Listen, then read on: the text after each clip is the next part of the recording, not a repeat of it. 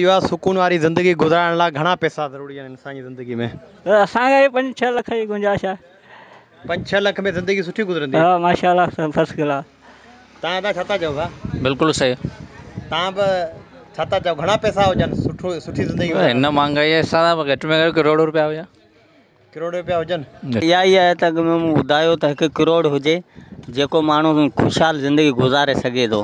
1 करोड़ हुजे, हुन मां वारी फेरी करे अॻियां पोयां जेको से सुठे नमूने जेको से हली सघे थो माण्हू ज़िंदगी गुज़ारे। ज़िंदगी गुज़ारण लाइ नॉर्मल पैसो हुजे, अजाए पैसे खे बि छा कंदासीं? तॾहिं बि केतिरो? अंदाज़े में मेरे 2-3 करोड़ हुजनि। अच्छा, 2-3 करोड़ हुजनि, हुन खां पोइ ज़िंदगी इंसान जी जेकी आहे सुठी गुज़रंदी? हा। ॿियो कुझु तव्हां चवणु चाहींदा? ॿियो कुझु कोन था को पैगाम? को पैगाम पैसे जे हवाले सां को पैगाम कोन्हे। ऐं चवंदो मट करे नमाज़ पढ़ी ख़ुदा खां घुरो। पैसो जेतिरो कमाए ओतिरो त महिनत जेतिरी करे ओतिरी सही। महिनत करणु खपे। हा, पर हुजे वरी बि केतिरो हुजे? तव्हां छा था सम्झो केतिरो पैसो हुजे पोइ माण्हू जी ज़िंदगी सुकून वारी गुज़रंदी? पैसो त हाणे जेतिरो हुजे त पूरा ई कोन थींदी। पैसो जेतिरो हुजे ओतिरो घटि? पर वरी बि सुकून वारी ज़िंदगी गुज़ारण लाइ घणो हुजे? अंदाज़ो कोन थो, अव्हां सोचियो हूंदो अॼु ताईं? सोचो पर करोड़ों हूंदो तॾहिं पूरा ई कोन थींदी। महिरबानी भाउ, महिरबानी। घटि में घटि हर के करोड़ हुजे तॾहिं ज़िंदगी सही गुज़ारे। अच्छा, 1 करोड़ जे करे माण्हू वटि हुजे पोइ माण्हू सुठी ज़िंदगी गुज़ारे सघे थो। चाचा तव्हां छा था सम्झो? हा भाई इहा सही ॻाल्हि आहे। सभु 1 करोड़ माना बसि मथे नथा खपनि अव्हांखे? न करोड़ असां लाइ वॾी ॻाल्हि आहे न। करोड़ मिले त असीं सही नमूने सां जान था हलायूं। असांखे त कॾहिं ₹1 रुपया पूरो असां त कीअं कोन ॾिठो आहे। ₹1 रुपया कहिड़ो थो थिए?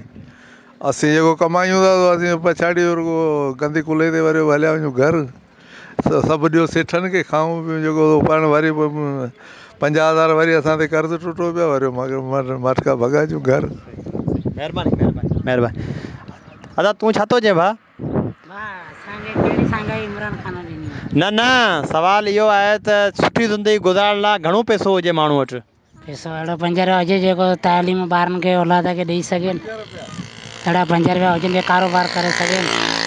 ॻाल्हि 5 रुपए जी कोन्हे, सॼी ज़िंदगी में तोखे घणो पैसो खपे थो सुकून वारी ज़िंदगी गुज़ारण लाइ? अहिड़ो त पैसो जजो हुजे न, हिन अहिड़ी महांगाई मुताबिक़ जजा हुजनि पैसो। अंदाज़न केतिरो हुजे?